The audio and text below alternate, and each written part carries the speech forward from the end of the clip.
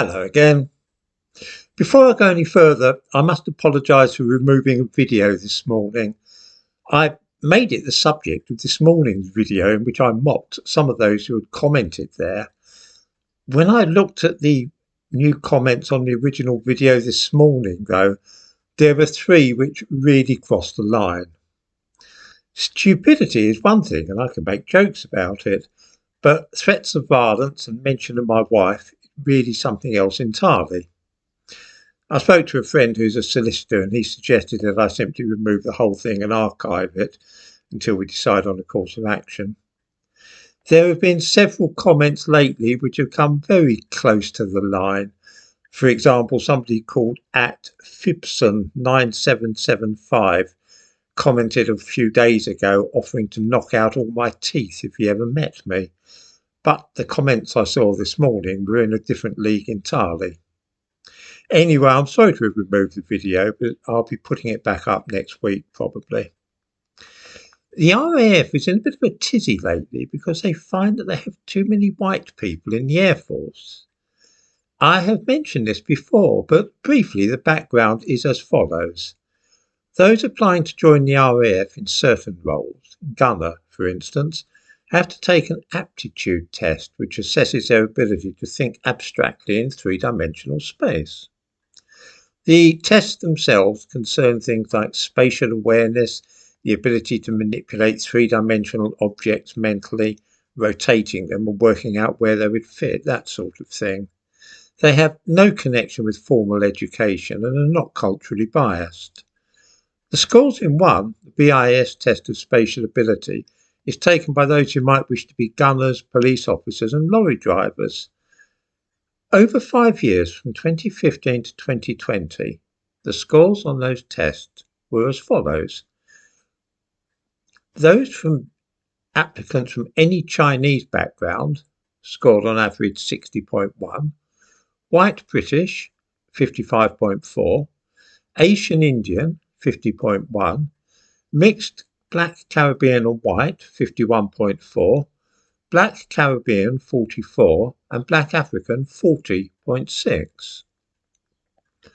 These scores, of course, align very closely with other tests such as those for IQ, the Scholastic Aptitude Test used for admission to American universities and many others. Chinese people, as is often the case, came above everybody else. Below the Chinese came white applicants, and a little way below them were those whose families were from the Indian subcontinent.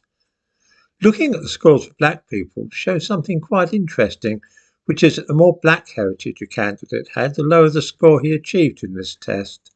Candidates of mixed Black Caribbean background, usually one black parent and one white, came higher than Black Caribbeans, who usually have some white ancestry. The lowest scores of all were by those whose background was entirely Black African. Now, RAF gunners are involved in firing lethal weapons and hurling explosives around. It is really, really important that bullets, shells and missiles hit the right targets, that is to say enemy forces, rather than civilians or your own side. For that reason, gunners are usually recruited from those who do best in these aptitude tests. Because very few people of Chinese heritage apply to join the RAF, this means that white applicants tend to be the largest group with the highest scores. This is a big problem for the RAF because they don't really want white recruits if they can possibly help it. The head of the RAF said, all white, all male lists of anything are unacceptable. He also said that I'm going to take it as far as I can in the law, right up to the point of quotas and push positive action to the limit of the law. This means in effect that he wishes to ignore the recruits with the highest scores in aptitude tests and take instead those who do less well, provided that they're not white. I think this makes all comment by me quite superfluous. Whatever the reason for the disparity in the scores of different ethnic groups, it remains a fact that the only way to increase diversity would be to allow people to become RAF gunners whose ability to work out spatial relations in 3 dimensions is not as good as other people. I'm no expert in military matters, but I cannot help but feel this might lead to problems in the future. The head of the RAF can be seen in the thumbnail to this video, and I'll give a few links, giving the background to what I've been talking about in the description, which might interest viewers.